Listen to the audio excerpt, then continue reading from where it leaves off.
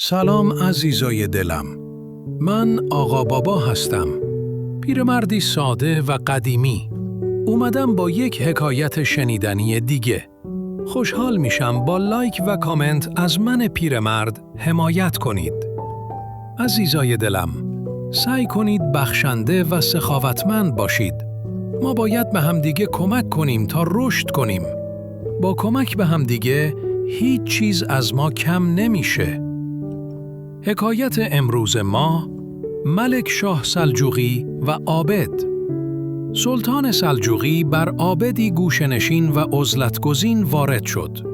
حکیم سرگرم مطالعه بود و سر بر نداشت و به ملک شاه تواضع نکرد.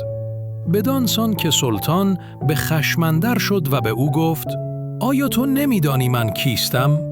من آن سلطان مقتدری هستم که فلان گردنکش را به خواری کشتم و فلان یاغی را به غل و زنجیر کشیدم و کشوری را به تصرف درآوردم. حکیم خندید و گفت: من نیرومندتر از تو هستم، زیرا من کسی را کشتم که تو اسیر چنگال بیرحم او هستی. شاه با تحیر پرسید: او کیست؟ حکیم گفت: آن نفس است. من نفس خود را کشتم و تو هنوز اسیر نفس اماره خود هستی. و اگر اسیر نبودی، از من نمیخواستی که پیش پای تو به خاک افتم و عبادت خدا بشکنم و ستایش کسی را کنم که چون من انسان است. شاه از شنیدن این سخن شرمنده شد و عذر خطای گذشته خود را خواست.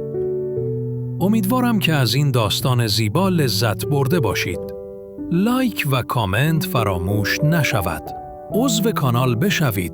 خوشحال میشم همراه من پیرمرد باشید. حق نگهدار.